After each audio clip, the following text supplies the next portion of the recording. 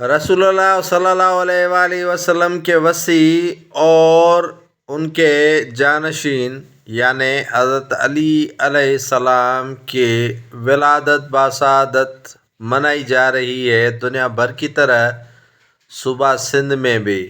فاتح خیبر اور جانشین رسول صلی اللہ علیہ وآلہ وسلم وصی رسول حضرت امام علی علیہ السلام کی یوم ولادت باسعادت بڑے عقیدت و احترام کے ساتھ 13 رجب المرجب کو منائی جا رہی ہے۔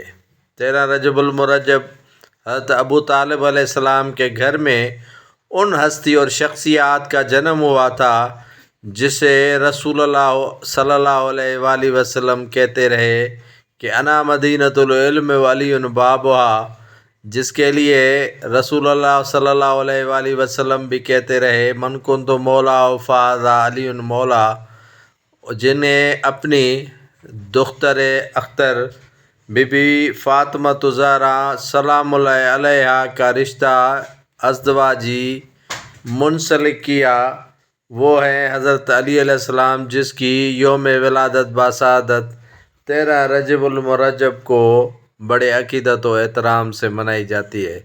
ہر مکتب فکر سے تعلق رکھنے والے افراد مولا علی مشکل کشا کی جشن ولادت باسعادت بڑے احترام کے ساتھ مناتے ہیں۔ مولا علی مشکل کشا جو کافروں کے لیے ایک ضرب ہوا کرتے تھے اور جو مومنوں کے لیے ٹھنڈک ہوا کرتے تھے، ان کا آج جشن ولادت باسعادت بڑے عقیدت و احترام کے ساتھ منایا جاتا ہے۔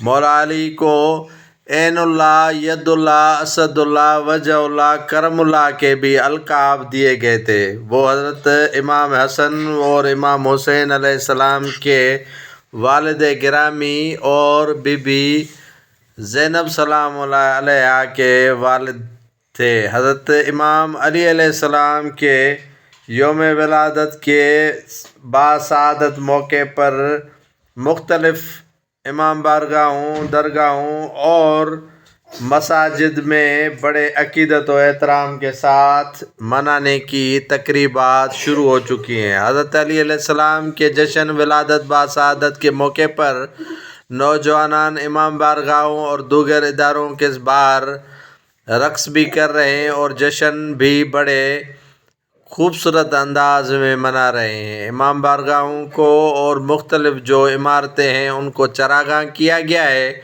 تاکہ یہ منور اور روشن ہو۔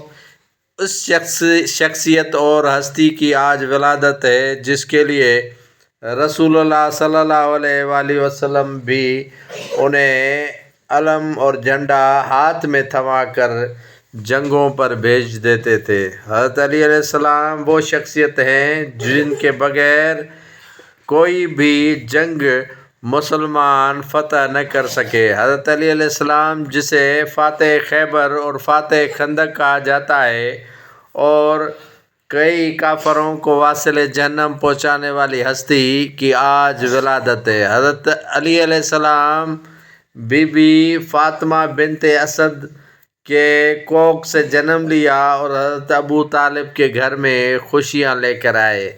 حضرت علی علیہ السلام کے لیے روایت ہے کہ ان کا کعبۃ اللہ میں جنم ہوا اور اسی روز سے آج تک حضرت علی علیہ السلام کے جشن ولادت باسعادت بڑی عقیدت و احترام کے ساتھ منانے کا سلسلہ تاحال جاری ہے۔ حضرت علی علیہ السلام کے مختلف پہلو ہیں۔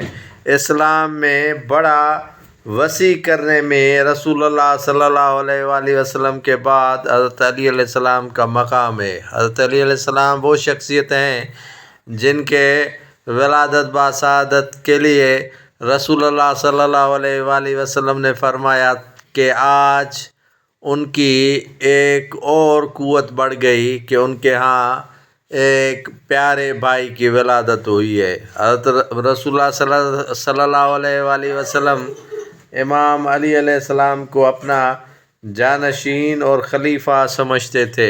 حضرت علی علیہ السلام اور رسول اللہ صلی اللہ علیہ وآلہ وسلم کی بڑی آپس میں محبت اور لگن ہوا کرتی تھی۔ حضرت علی علیہ السلام کے جشن کے حوالے سے ملک بھر کی طرح سندھ کے مختلف علاقوں میں آج بھی جشن کا سماں ہے، اور ان کے عقیدت مند حضرت علی علیہ السلام کے ولادت بسعادت کے موقع پر جو ہے وہ علاقوں کو چراغاں کر کے روشنی پھیلا رہے ہیں۔ حضرت علی علیہ السلام کے یوم ولادت بسعادت کے موقع پر بڑے بڑے کیک کاٹے گئے اور منور کیا گیا درس گاہوں کو، امام بارگاہوں کو، اور مومنین کرام کی جانب سے اپنے گھروں کو چراغاں بھی کیا گیا۔